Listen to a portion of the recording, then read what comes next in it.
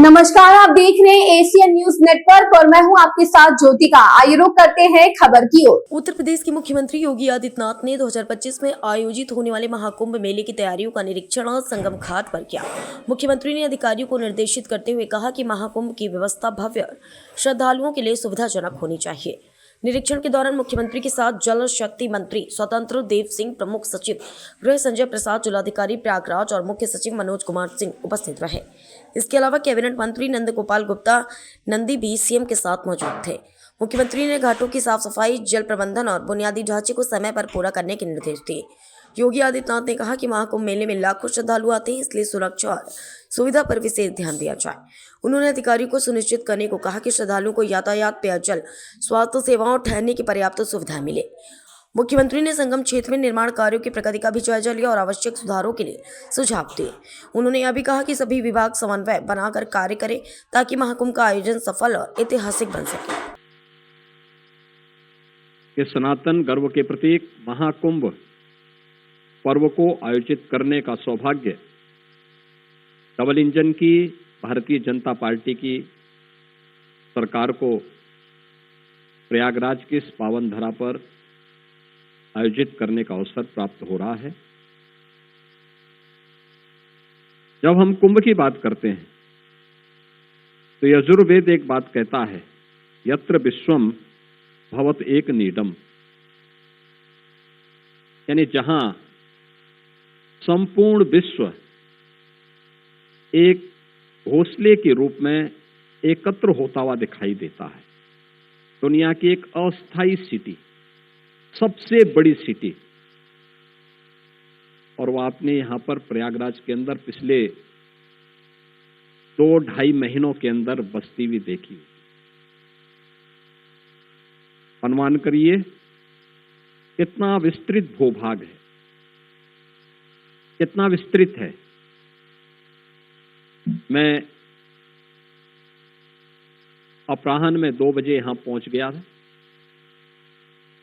और 2 बजे से 6:30 बजे तक अखाड़ों में अन्य 2-3 सेक्टर हैं, उनमें केवल एक औपचारिक संवाद के लिए मिलने के लिए गए।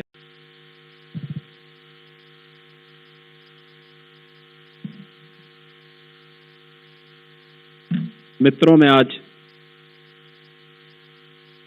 टीम यूपी की ओर से महाकुंभ पर्व, जो सनातन गर्व का प्रतीक है, इसके आयोजन के लिए आज जब मीडिया सेंटर का शुभारंभ हो रहा है, इस अवसर पर सबसे पहले आप सभी बंधुओं का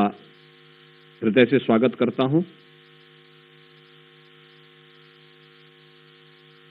मुझे प्रसन्नता है इतनी उत्सुकता से और इतनी देर से प्रतीक्षा के बावजूद आपके चेहरे पर प्रसन्नता है और एक सुकून जैसा एहसास मुझे दिखाई दे रहा है। मैं इसके लिए आप सबका हृदय से अभिनंदन करता हूं। मित्रों, 12 वर्ष के बाद महाकुंभ का आयोजन, और उसमें भी 144 वर्ष की वह शुभ मुहूर्त आए, तो वह सचमुच उस पूरी पीढ़ी के लिए जो प्रत्यक्ष या अप्रत्यक्ष रूप से उस आयोजन के साथ जुड़े हों, उन सब के लिए सौभाग्य का विषय भी है और गौरव का विषय भी है। और ये हम लोग अपना सौभाग्य, भारत की आस्था का प्रतीक है। इस आयोजन को पूरी भव्य रूप से आयोजित करने के लिए डबल इंजन की सरकार ने जो इंफ्रास्ट्रक्चर प्रयागराज के लिए दिया, उन सब को उद्घाटन करने के लिए आदरणीय प्रधानमंत्री जी का मार्गदर्शन और उनका आशीर्वाद यहाँ प्राप्त हुआ था और एक प्रकार की औपचारिक शुरुआत उन्होंने उस दौरान की थी संगम नोच पर पूजा करके। ये सभी कार्य श्रद्धालुओं के लिए अब और जितना कार्य 2019 में हुआ उससे दोगुने से अधिक कार्य 2025 के महाकुंभ के पूर्व प्रयागराज सिटी के लिए भी और महाकुंभ का वह क्षेत्र जहां पर अस्थायी सिटी बसी है, उन सब जगहों पर भी कार्य व्यवस्थित रूप से आगे बढ़ते हुए दिखाई दिए। और आज महाकुंभ के बहाने प्रयागराज का भी कायाकल्प हुआ है और प्रयागराज कुंभ भी अपने दिव्य और भव्य रूप में आस्था और आधुनिकता का एक महासमागम बनकर के नए भारत का दर्शन कर पूरे क्षेत्रफल को, नदियों के तटों को व्यवस्थित करना,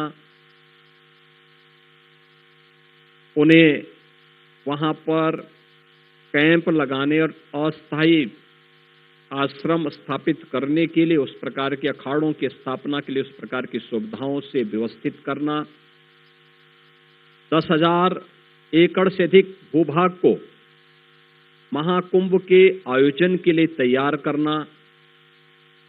उसका मास्टर प्लान और लेआउट प्लान को फिर जमीनी धरातल पर लेकर के पेंटून ब्रिज कैसे तैयार होने हैं, चेकर प्लेट कैसे लगनी है, कैसे वहां पर पेयजल की व्यवस्था आदि पहुंचानी है, कैसे 70,000 से अधिक विद्युत के पोल स्थापित करने हैं और उन पे बिजली की व्यवस्था भी उनके साथ जोड़ करके देखनी है। एक एक कार्य को इन 2.5 महीनों के दौरान ये हमारी यहाँ की प्रयागराज मेला प्राधिकरण ने जो महाकुंभ के आयोजन के साथ इस पूरे आयोजन को व्यवस्थित किया जा रहा है और बहुत बेहतर तरीके से उन्हें आगे बढ़ाया जा रहा है। ऐसे ही सेक्टर की संख्या बढ़ाई गई, उसका विस्तार दिया गया, प्रयास किया गया है कि कुंभ क्षेत्र में संगम में स्नान करने के लिए आने वाले श्रद्धालुओं को जो अपने साधन से आएंगे, उन श्रद्धालुओं को कोई समस्या न हो, इसके लिए 500-550 से अधिक शटल बसेज परिवहन निगम ने लगाए हैं और 300 इलेक्ट्रिक बसेज भी यहाँ पे नगर विकास के द्वारा अतिरिक्त उपलब्ध कराई गई हैं। इसके अलावा ई रिक्शा और अन्य गोल्फ कार्ड आदि भी यहाँ पर उनकी सुविधा के लिए, श्रद्धालुओं की सुविधा के लिए लगाए गए हैं और इसके लिए 5,000 एकड़ का भूभाग केवल पार्किंग के लिए ही आरक्षित किया गया है, जो संगम तट से 5